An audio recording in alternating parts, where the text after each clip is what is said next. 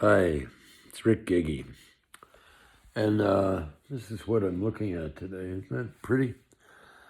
But what this is about is a friends of mine, and they have a nephew who's a very special young man. He's a teenager now, and he likes being isolated, and he's hooked up with a few people, apparently, on the internet, playing video games. And I've been thinking, what's the value of playing video games? And I think the value of playing video games is that it develops a skill of helping you anticipate what's going to happen in the next few seconds. It's one of our vestigial senses. Animals have it, like they really know when an earthquake's coming or when the ship's going to sink, then they take action. So this kid is like really on my mind. And his eyes don't look like everybody else's eyes parallel. They go off, and one goes off in one direction and the other goes in the other.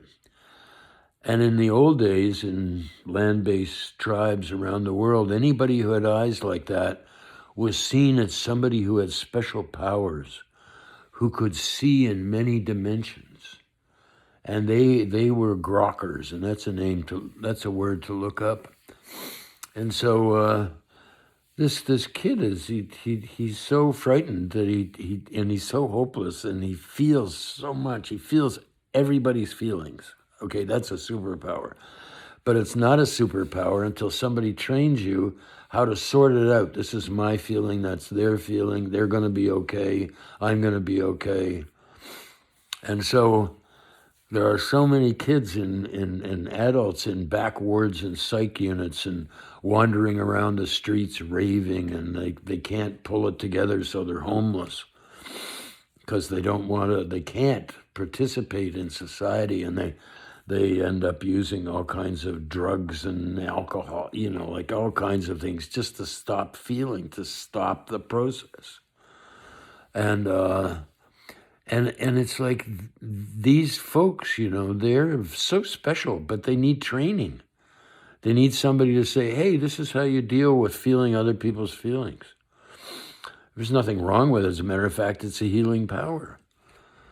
And how to deal with knowing inside, not able to talk about it, but knowing inside that everything is connected to everything. And for a 5-year-old kid, that's serious overload, and that convinces kids that they're really weird. And then if you think you're weird, then you start acting weird. And then you scare people, and then they scare you back, and it gets out of hand. So I want to talk more about this because I think that, and I was like that as a kid, and I was suicidal and crazy and didn't do well in school and everything. And, I thought I was really stupid. But it turns out that I'm the opposite. I'm really, really, really smart. I'm so smart that I can occasionally get to where I call sillience.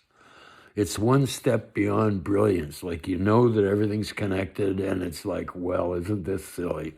And then I get scared. And boy, when I get scared, I really get scared. When I suffer, I really suffer.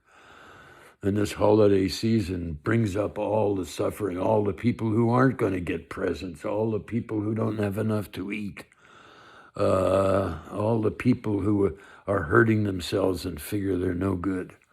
And also all the sad people that have to have more and more and more and more stuff to feel like they're okay. That's got to be pretty crazy, doesn't it? And what's the difference between somebody who goes shopping in fancy stores and has tons of shoes and everything, and somebody who goes around collecting garbage and they push it around in shopping carts?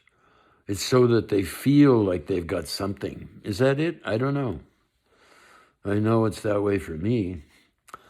Okay, so I hope this video helps you in some way, and I hope it makes your life easier, and I hope you can contribute what you do to make your life easier.